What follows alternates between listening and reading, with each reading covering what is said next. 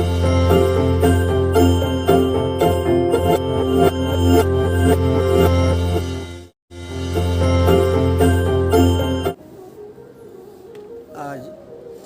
एक तो पवित्र श्रावण मास और उसमें भी भगवान शिव जी का परम प्रथम सोमवार। आप सबको बहुत बहुत शुभकामनाएं सोमवार की। भगवान के अनेक रहस्य शिव महापुराण में बताए गए हैं। कहते हैं भगवान शिव के जो स्वरूप हैं, जो शिवलिंग है, कितने प्रकार के होते हैं और किन किन को शिव जी की पूजा करने का अधिकार है।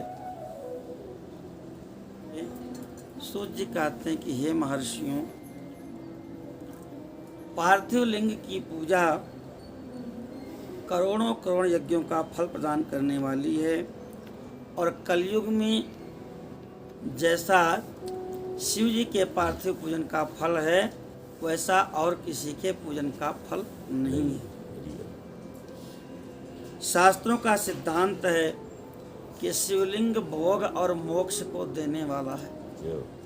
यहाँ तक कि भागवत जी में भी जो मुख्य श्रोता हैं परीक्षित जी, वो पूछते हैं सुखदेव जी से कि क्या कारण है कि शिव जी के भक्त तो सब धनी होते हैं और नारायण के भक्त गरीब होते हैं। माने भागवत जी भी सिद्ध करती हैं कि शिव जी के भक्त श्री संपन्न होते हैं, धनी होते हैं। तो कहते हैं जो शिवलिंग है, पार्थिव लिंग है, इसका पूजन भोग और मोक्ष दोनों को देने वाला है। 3 प्रकार के शिवलिंग हैं, उत्तम, मध्यम और अधम। जो 4 अंगुल ऊंचा हो और देखने में सुंदर हो, वेदी से जलहरी से युक्त हो, उस शिवलिंग को शास्त्रज्ञों ने उत्तम शिवलिंग कहा है। इसको आप घर में भी रख सकते हैं। 4 अंगुल का शिवलिंग है। और उससे आधा मध्यम, जो 2 अंगुल का शिवलिंग है वो मध्यम कहा गया है। और उससे आधा जो केवल 1 अंगुल का शिवलिंग है उसको अधम माना गया है। इस प्रकार से 3 प्रकार के शिवलिंग हैं और वो उत्तरोत्तर श्रेष्ठ हैं। ब्राह्मण, क्षत्रिय, वैश्य, शूद्र या कोई विलोमज ही क्यों ना हो। विलोमज कहते हैं कि ब्राह्मण कन्या क्षत्रिय के साथ विवाह हुआ, उससे उत्पन्न जो संतान है, इनको विलोमज कहते हैं। कोई भी क्यों न हो, सबको भगवान शिव की पूजा में अधिकार है। वैदिक अथवा तांत्रिक मंत्र से सदा आदर पूर्वक शिवलिंग की पूजा करना चाहिए। हे महर्षियों, हे ब्राह्मणों, अधिक कहाँ तक कहें, शिवलिंग का पूजन करने में स्त्रियों का और अन्य लोगों का भी अधिकार है। ब्राह्मण, क्षत्रियो, वैश्यः, शूद्रो वा प्रतिलोमजः पूजयेत् सततं लिंगं तन्मन्त्रेण सादरं। किं बहुक्तेन मुनयः स्त्रीणामपि तथान्यतः अधिकारोऽस्ति सर्वेषां शिवलिंगार्चने द्विजाः। सूत जी ने समाधान कर दिया कि शिवलिंग के पूजन में सबका अधिकार है, चारों वर्णों का, विलोमजों का और स्त्रियों का भी।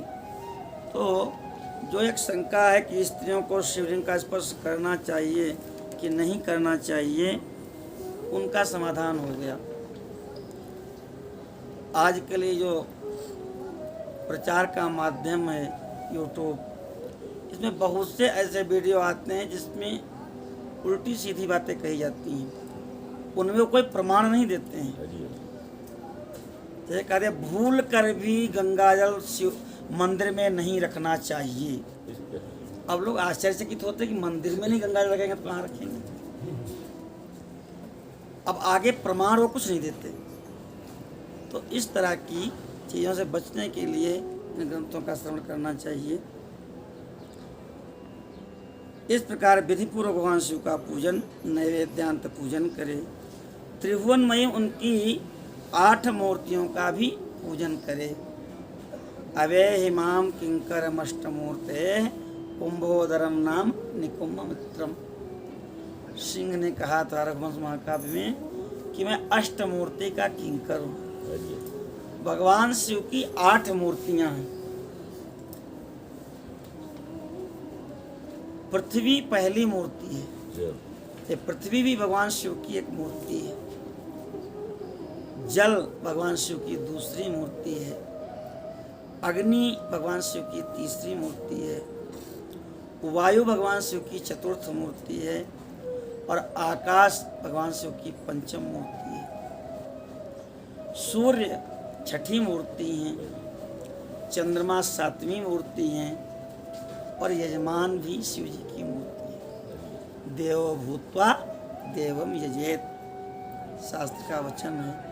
तो जो यजन करने वाला है वह भी शिव जी की 8वीं मूर्ति है। इसी प्रकार से इन मूर्तियों के साथ सर्व, भव, रुद्र, उग्र, भीम, ईश्वर, महादेव और पशुपति इन नामों की भी अर्चना करनी चाहिए। चंदन, अक्षत, बिल्वपत्र लेकर के ईशान आदि के क्रम से भगवान के शिव परिवार का उत्तम भक्ति से पूजन करना चाहिए। अकेले पूजन न करें, पूरे परिवार के साथ, क्योंकि शिव जी जो हैं वो वास्तविक सच्चे गृहस्थ हैं। कहीं भी जाते हैं तो भगवती के साथ ही जाते हैं। शिवा शक्ति युता पुमान, और यही कारण है कि इनके भक्त संपन्न रहते हैं, आनंदित रहते हैं, क्योंकि शक्ति के साथ ही जहाँ जाते हैं वहाँ जाते, अकेले कहीं नहीं जाते। इनके परिवार का वर्णन है। ईशान पहले, नंदी, नंदीश्वर जी, चंड, महाकाल, भृंगी, श्रृंगी, भृंगी, ऋतुस्तुंडी, वृष, स्कंद, कपर्देश्वर, सोम और शुक्र। ये शुक्राचार्य जी हैं, ये भी भगवान शिव के परिवार में आते हैं, शिव के परम भक्त हैं। ये 10 शिव जी के परिवार हैं। क्रमशः 10 दिशाओं में इनका पूजन करना चाहिए।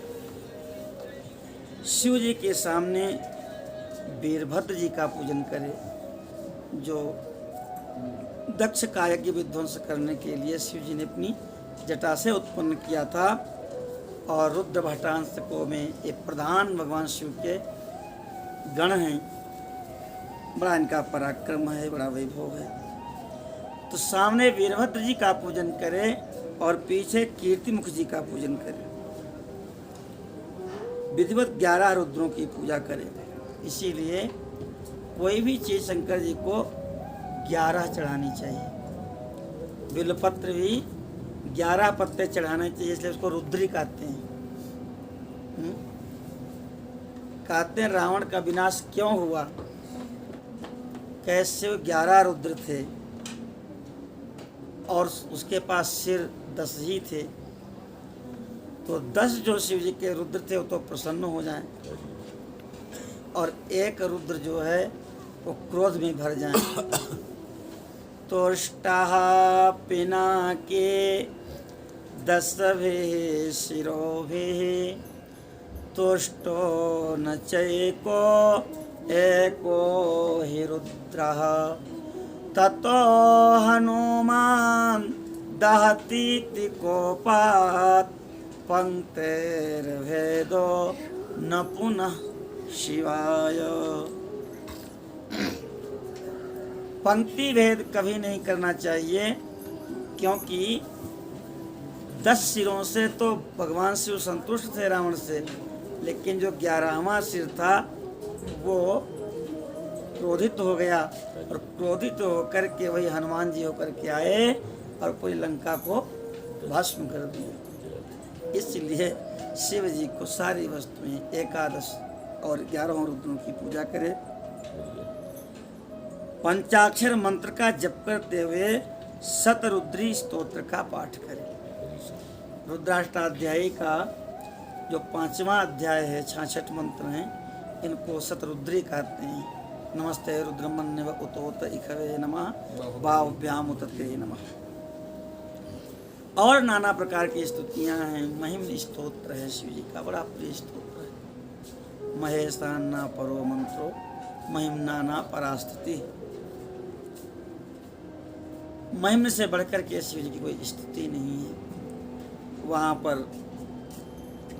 भगवान की स्तुति करते हुए पुष्पदंताचार्य जी कहते हैं, असिद्ध गिरि समम स्यात् कज्जलम सिंधु पात्रे सुरतरुवर शाखा लेखनी पत्र मुर्वी लिखत यदि गृहीत्वा शारदा सर्वकालम तदपि तव गुणानाम एष पारम नयाति। हे महादेव, असित गिरिसम स्यात् कज्जलम सिंधु पात्रे, सातों समुद्रों को स्याही बना दिया जाए। अब तो बच्चे स्याही समझेंगे नहीं, पहले तो स्याही बना के उसे लिखा जाता था। और जितने भी वन है, जंगल है, उन सब की लेखनी बना दिया जाए। 7 समुद्र का मत्स्य करो, लेखन सब बन रहा है, तो सब धरती कागज करो। शिव गुण लिखान जाए, गुरु गुण लिखान जाए। और इसके बाद सुरतर और शाखा लेखनी पत्र मुरवी, उर्वी को कागज बना दीजिए। और लिखने के लिए स्वयं शारदा जी बैठे और वो निरंतर लिखती रहीं। तदपि तव गुणानाम ईश पारम नयाति। फिर भी हे महादेव, आपके गुणों का अंत नहीं होगा। तो इस तरह से दिव्य जो स्तोत्र हैं, उन स्तोत्रों के द्वारा शिव पंचांग का पाठ करे, परिक्रमा करे, नमस्कार करे और इसके बाद शिवलिंग का विसर्जन करे। ये पार्थिव पूजा की बात है। रात्रि में देव कार्य को सदा उत्तराभिमुख करना चाहिए। दिन में तो पूर्व और उत्तर दोनों दिशाएं प्रशस्त हैं। दिन में आप पूर्व की ओर मुख करके भी कर सकते हैं और उत्तर की ओर भी कर सकते हैं, लेकिन रात्रि में सदैव देव कार्य उत्तर की ओर मुख करके करना चाहिए। अब शिव महापुराण का प्रमाण है, इसलिए शास्त्रों को पढ़ के निर्णय करना चाहिए। पूर्व के स्वामी इंद्र हैं और उत्तर के स्वामी कुबेर जी हैं। इंद्र बोले ये थोड़ा नाराज हो जाएं, लेकिन कुबेर जी नाराज न होने पावे। राजाधिराजाय तुषय साइने नमो वयम वैश्रवणाय कुर्महे। वैश्रवण कहते हैं, उन्हीं से पुष्पांजलि की जाती है। पवित्र भाव से सदैव उत्तराभिमुख होकर के पूजन करना चाहिए। जहाँ शिवलिंग नित्य स्थापित है स्थिर भाव से, वहाँ पर पूर्व दिशा की ओर न बैठे, न उत्तर दिशा की ओर बैठे, न पश्चिम दिशा की ओर बैठे। वहाँ दक्षिण की ओर बैठे, उत्तर की ओर मुँह करके। कहते हैं यदि पूर्व दिशा की ओर आप बैठते हैं तो अपने इष्ट शिव का सम्मुख रोक देते हैं। पता नहीं कौन देवता, कौन उनके दिव्य पार्षद आ रहे हैं और आप अड़ के बैठ गए। तो इसलिए बैठना एकड़ना नहीं चाहिए, क्योंकि भगवान शिव के आगे और सामने दिशा पड़ती है। इष्ट देव का सामना कभी रोकना नहीं चाहिए।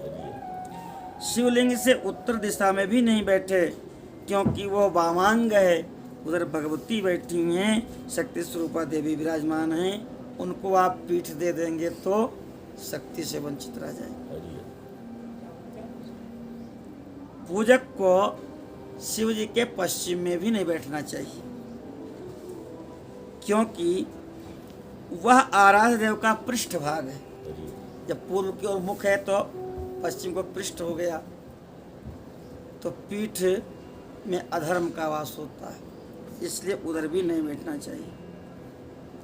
अब जो शेष दिशा बची है दक्षिण दिशा, उस दक्षिण दिशा में बैठ करके उत्तर की ओर मुँह करके ही पूजन करना चाहिए।